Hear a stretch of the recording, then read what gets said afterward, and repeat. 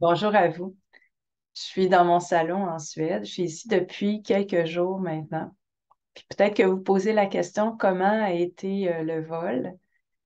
Bien, il n'y avait aucune restriction, même pas de masque dans les avions. Ça me faisait réaliser comment les restrictions qui ont été associées à la dite pandémie, elles étaient en partie là déjà, à partir du 11 septembre. On avait commencé à instaurer des restrictions puis un contrôle, je dirais une hyper-vigilance dans les déplacements en avion.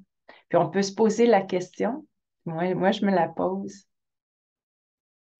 que cette hyper-vigilance, est-ce que, un, elle est nécessaire, puis si elle n'est pas nécessaire, c'est quoi le but? Cette crise ou ces crises qu'on vit de façon de plus en plus évidente nous amène à nous poser des questions, puis à être plus lucide, je crois, par rapport à ce que j'appelle un show ou un jeu de Monopoly.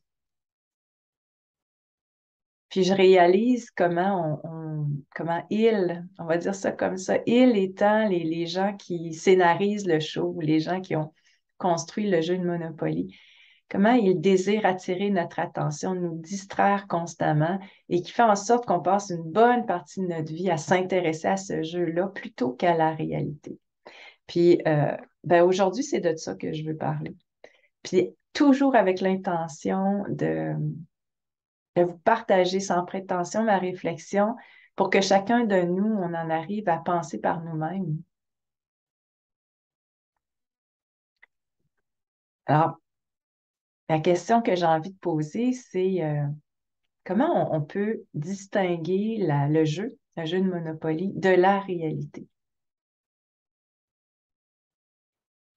J'ai consulté mes notes parce qu'aujourd'hui, je suis vraiment, pas aujourd'hui, mais cette semaine, je suis vraiment dans ma réalité, c'est-à-dire que en Suède, je suis revenue, entre autres, pour continuer de rénover la maison.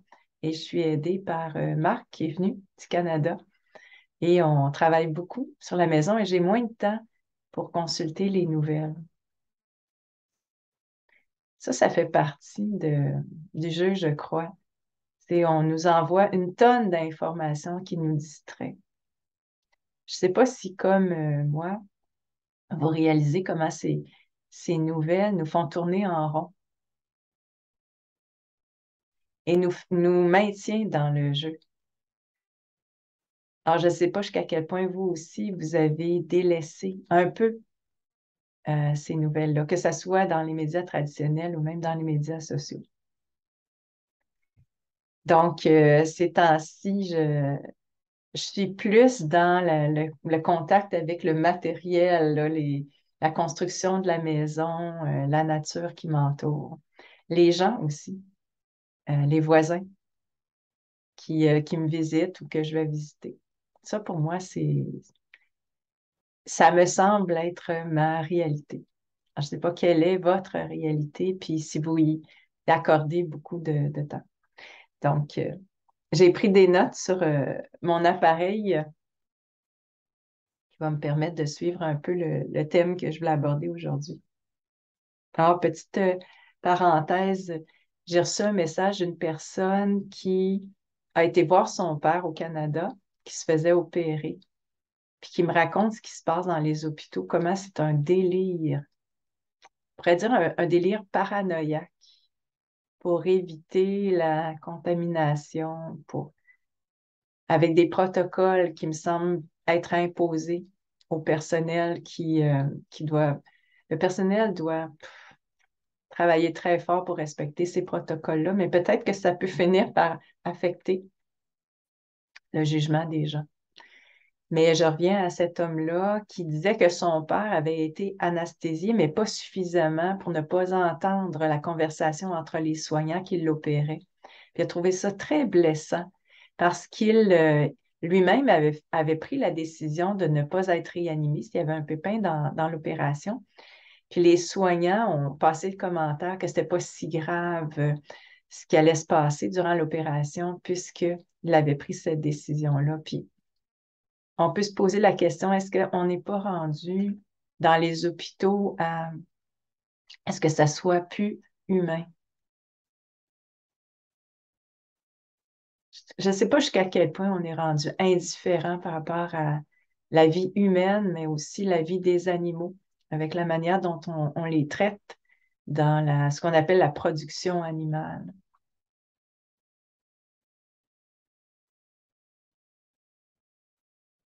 Je ne sais pas si ce que je vous dis là, ça fait écho à votre expérience. Puis en même temps, ces questions-là sont à la fois importantes puis bonnes. C'est un mal pour un bien parce que ça nous fait euh, prendre des décisions par rapport à la médecine, les institutions médicales, les médecins eux-mêmes. Puis d'un autre côté, je pense à des bonnes choses qui ont lieu, comme la lettre qui a été envoyée au Collège des médecins par la lettre écrite par René Lavigueur et puis Robert Béliveau, puis d'autres médecins qui alertent en disant la dite vaccination pour les enfants, là, c'est nocif. Pensez-y. Jouez votre rôle, disent ça au Collège des médecins. Donc, je reviens à cette question qu'on peut se poser, c'est quoi la différence entre ce jeu de Monopoly, ce show-là, puis la réalité? Puis qu'est-ce qui devrait nous intéresser? Puis comment reconnaître si quelqu'un est authentique? Quelqu'un qui intervient, par exemple, dans les médias, s'il est authentique ou si c'est un acteur. Puis je pense aux gens qui interviennent en ce moment au Parlement européen, puis qui dénoncent le contrat signé avec Pfizer. Je suis pas mal certaine qu'à travers ces gens-là, il y a des gens qui sont authentiques. Dans le fond, on peut se poser la question, qu'est-ce qu'ils ont à perdre de s'affirmer comme ça? S'ils ont tout à perdre, c'est probablement qu'ils sont authentiques. C'est-à-dire tout à perdre leur réputation. Puis en même temps, non, parce qu'il y a des gens qui s'expriment en ce moment, qui ont une réputation à perdre, mais j'ai vraiment le sentiment que c'est des acteurs ou c'est des gens qui ont été achetés, comme cette chef du Parlement européen. Je pense à Perron aussi. Docteur Perron, je ne sais pas si vous en avez entendu parler, on a reconnu qu'il avait le droit de s'exprimer parce que c'est un médecin qui était censuré. Il s'exprimait par rapport à la vaccination, puis on a reconnu qu'il avait le droit, qu'il avait la compétence de le faire. Alors, je ne sais pas si ça va influencer cette censure-là, des spécialistes qui s'expriment parce qu'ils sont bien placés pour parler et nous alerter des dangers reliés à cette dite vaccination. Donc, comment faire pour reconnaître le show, pour savoir si c'est vrai, c'est faux, c'est pas évident. Mais une des questions que je pense qu'on peut se poser, c'est est-ce que le vrai, la réalité, c'est pas l'inverse de ce qui essaie de nous amener à penser? Est-ce qu'il n'y a pas un grand effort en ce moment qui est déployé pour absorber notre attention, nous faire croire des choses et puis nous éviter aussi de faire certaines autres choses? Par exemple, s'ils nous fournissent plein d'informations, est-ce que c'est pas pour nous éviter de penser, puis de penser par nous-mêmes aussi? On était habitué à se fier à un tiers pour prendre des décisions concernant notre corps, concernant la société. Et est-ce qu'en ce moment, il n'y a pas un effort qui est incroyable pour nous maintenir dans ce système-là?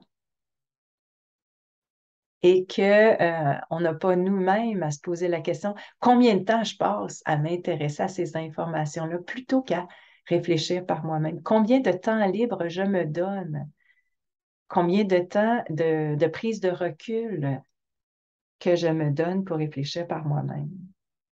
Ou encore, bon, je pense à ces moyens électroniques qu'on utilise qui sont pratiques, mais qui nous maintiennent dans ce monde virtuel.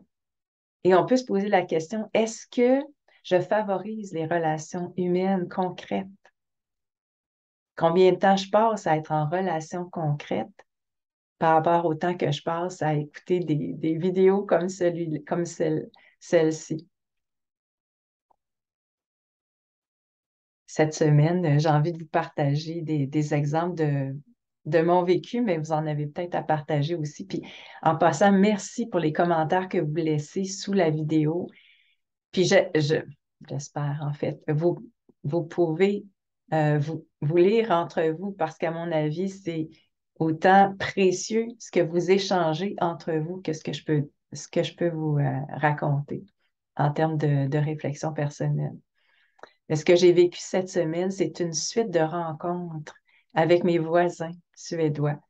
Hier, on était chez des gens que je connaissais pas qui faisaient une rencontre avec un prêtre sur un sujet. C'était autour des symboles chrétiens.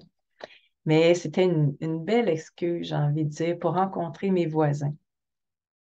Puis entre autres, on a parlé de cette guerre qui a eu lieu en Suède contre le Danemark et de l'idée que c'était le roi qui imposait aux gens de se battre les uns contre les autres. Je ne sais pas si vous réalisez comme moi que cette guerre continuelle, historique, cette guerre, je parle de toutes les guerres dans le monde, ont été instaurées par des gens en autorité, une autorité autoproclamée. Et ces guerres sont absurdes. On nous a fait croire que la différence entre nous était une justification pour se battre. Je réalisais aussi quelque chose d'important et que je vous partage, c'est que il y a trois choses qui permettent à ces gens en autorité de promouvoir la guerre ou les conflits ou les oppositions dont je parle de temps en temps dans la politique. Ben, en tout cas, trois façons de comprendre pourquoi on se bat les uns contre les autres. C'est d'abord de nous faire croire qu'une différence, ça justifie un conflit, alors qu'une différence, c'est une différence, ça devrait être considéré comme un plus, qui fait que si l'autre pense différemment de moi, peut-être que ça peut m'éclairer sur des zones d'ombre que j'ai. L'autre, ça a été de nous concentrer dans des villes et puis de nous limiter en termes de ressources, en nous faisant croire qu'il n'y en avait pas assez pour chacun d'entre nous. Alors, imaginons qu'on fait ça à des animaux, c'est-à-dire qu'on les met dans un bocal puis qu'on leur enlève de la nourriture. Ben, ils vont se battre les uns contre les autres. Je fais une petite parenthèse, je me suis intéressée à un moment donné aux relations hommes-femmes, puis j'ai essayé d'observer ce qui se passait chez les animaux. Je fais une histoire très, très courte, là. Et je réalisais que les oiseaux sont fidèles alors que plusieurs autres animaux ne le sont pas. Mais je me disais, les oiseaux sont fidèles, mais ils ont le ciel à eux. Puis ça me permettait de comprendre que la fidélité ou la bonne entente entre les hommes et les femmes qui vivent dans une même maison est difficile parce que l'espace est restreint. Et si on avait l'espace d'un ciel, par exemple, là, par analogie, peut-être que ça serait plus facile de s'entendre entre nous. Alors, tout ça pour dire que le contexte est important, le terrain, je l'ai déjà dit, est important. Si vous mettez des individus dans un espace restreint en les limitant en termes de ressources, ben, puis en leur disant que les différences, c'est différences entre nous, c'est source de conflit, ben, évidemment que vous allez créer des guerres, par exemple. Alors, on vit une période qui, à mon sens, est une période de transition. Transition où on s'en va vers un monde très différent, effectivement. On va sortir, à mon avis, de toutes ces préconceptions qu'on nous a imposées, qui vont nous libérer. On va se libérer de ça pour redécouvrir que, un, la Terre est abondante, que les ressources sont présentes, que l'espace on est entouré on vit sur une terre qui est très grande, où chacun peut avoir sa place, son petit lopin de terre à cultiver, que ces ressources-là n'appartiennent pas à une minorité d'individus. Ah, c'est une partie des choses que je voulais vous raconter. Quoi d'autre?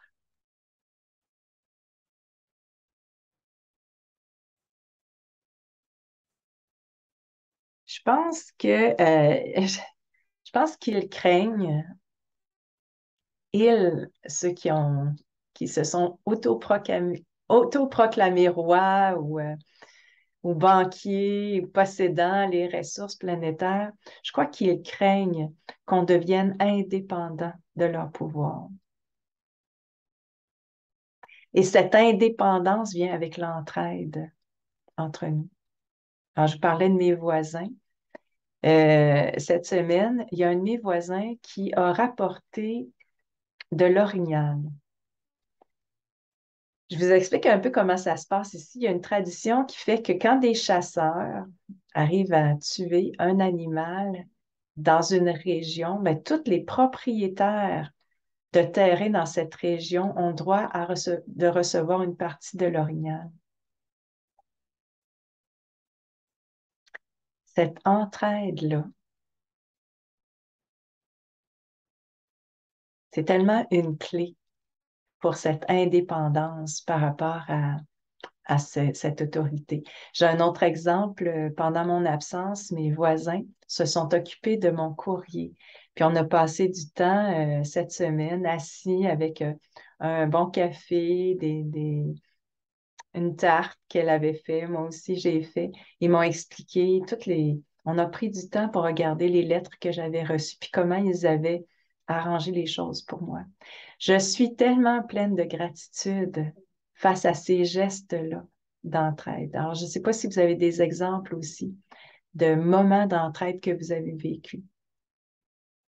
Et je reviens sur l'idée, je crois qu'ils craignent cette indépendance, cette entraide qui est possible. Tout est possible. C'est ce que je me rendais compte. Je suis tombée sur un écrit, ben, je suis tombée, c'est pas vrai. J'ai été rencontrer Annick de Souvenel, il n'y a pas si longtemps, puis elle m'a donné un livre, puis j'ai commencé à le lire. Et elle a parlé, Annick de Souvenel, c'est une personne qui s'est intéressée à la Bible, mais dans sa version de l'hébreu. Et elle parle, entre autres, d'une chose qui m'a interpellée. Elle parle on va dire, du Dieu en nous. Je le résume comme ça. Des archétypes. Pierre-Luc Parent aussi, qui est devenu une personne qui m'a influencée au cours de ces 2, 3 dernières années, qui parle aussi des archétypes et qui intervient dans les médias sociaux. Puis je me suis posé la question si, dans l'histoire, les humains n'ont pas déjà été plus près de ces divinités-là. Si on parle d'archétypes, donc de Dieu, des dieux, est-ce qu'on n'avait pas un pouvoir plus grand que celui qu'on utilise présentement? Des pouvoirs qui font que tout est possible. Et cette semaine, je me suis blessée en tombant dans les escaliers. J'ai des petites marques dans le visage, mais je me suis fait mal à la cheville. Et puis un soir, le mal était très important. Et j'ai commencé à mettre mes mains à certains endroits où je sentais la douleur, mais c'était une douleur qui me faisait bien, puis je sentais que sur ma cheville, il y avait une chaleur intense qui me parlait de ce qui se passait en ce moment dans mon corps, sans même que je fasse quoi que ce soit. Mon corps guérissait la blessure et mes mains participaient à cette guérison-là. Et c'est fou comment, dans la médecine qui est orientée vers la maladie, c'est une médecine qui est complice aux compagnies pharmaceutiques. On a éradiqué cette idée-là que le corps se guérit par lui-même et que nos mains sont guérisseuses. C'est quasiment dangereux, criminel de parler de ça parce qu'on peut se faire accuser par le Collège des médecins euh, de promouvoir ces idées-là. Puis dernièrement, j'ai vu un commentaire d'une personne au sujet d'un colloque qui a eu lieu entre des scientifiques qui sont plus audacieux, on va dire, qui introduisent des idées nouvelles dans la science et qui disaient ceci, c'est un commentaire négatif sur le colloque, qui disait la science devrait considérer que ce qui est scientifique. Et ce qu'il voulait dire, c'est la science devrait considérer que ce qui est étudié. Et tout ce qui n'est pas étudié n'a pas de valeur. Mais il y a bien des choses dont on ne parle pas en science. qui a une valeur, qui fait partie de cette réalité-là qu'on redécouvre. Il y a ça, puis il y a aussi notre capacité à percevoir les choses avec notre être entier, pas seulement notre mental. Je voyais comment le fait d'être sollicité sur un plan mental nous rendait un peu comme des girouettes. On peut nous faire croire n'importe quoi quand on est juste sur le plan mental. Puis quand on réussit à reconnecter avec tous les aspects de notre être, Platon disait que pour guérir le corps, il fallait d'abord guérir l'âme. Il y a quelqu'un qui a fait circuler cette idée-là récemment. Merci à toi. Je ne me souviens plus du nom de la personne qui l'a mis sur les réseaux sociaux, cette phrase de Platon. Guérir l'âme avant ou en même temps que guérir le corps, tout ça est interconnecté et tout ça nous permet de percevoir la réalité autrement que par seulement notre mental.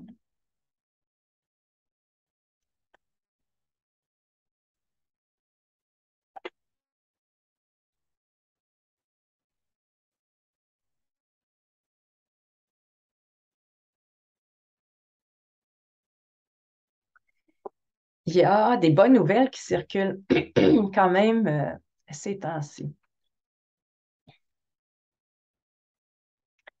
Mais par rapport à ces bonnes nouvelles, je crois qu'il faut avoir, je dirais, une diversité de points de vue qui nous permet de prendre une distance. C'est-à-dire que, bon, je réfère par exemple au fait qu'il y a une première ministre d'Alberta qui dénonce le mal qui a été fait aux non-vaccinés, qui dit qu'elle va réintégrer les soignants qui ont été suspendus, qui dit qu'elle veut couper les ponts avec le Forum économique. Il y avait déjà DeSantis qui s'est exprimé dans ce sens-là, Poilievre chez nous aussi. Il y avait une première ministre italienne aussi. Voyez ce phénomène qui apparaît. Je crois que d'une part, on peut soit se réjouir parce que les choses sont nommées, mais on peut aussi prendre du recul en se demandant si ça fait pas partie aussi de la game. Pourquoi je dis ça? C'est que de toujours, on a eu un système d'opposition qui faisait que ça nous maintenait dans le jeu. Et une façon de garder le pouvoir, c'est à la fois de mettre en place, on va dire, une marionnette, un acteur, et de créer un adversaire à cet acteur-là, qui nous donne l'illusion qu'on est en pouvoir. C'est difficile ce que je dis là, peut-être pour certains d'entre vous, parce qu'on a tous besoin d'espoir, puis si on reste dans le système actuel, on a peut-être besoin de s'accrocher à des représentants qui semblent de notre côté. J'en ai déjà parlé, puis c'est pas tout le monde qui est d'accord avec cette idée-là, mais néanmoins, je pense qu'on doit au moins élargir notre esprit et tout considérer. Considérer à la fois cette bonne nouvelle qui fait que minimalement, comme je le disais, les choses sont dites, mais aussi avec un peu de recul, se demander est-ce que ça ne fait pas partie du show et est-ce que ça ne nous évite pas d'aller, d'exploiter davantage toutes nos possibilités et le réel pouvoir du peuple, c'est-à-dire du grand nombre par rapport à une minorité et les acteurs qui sont engagés d'une manière ou d'une autre dans ce show-là.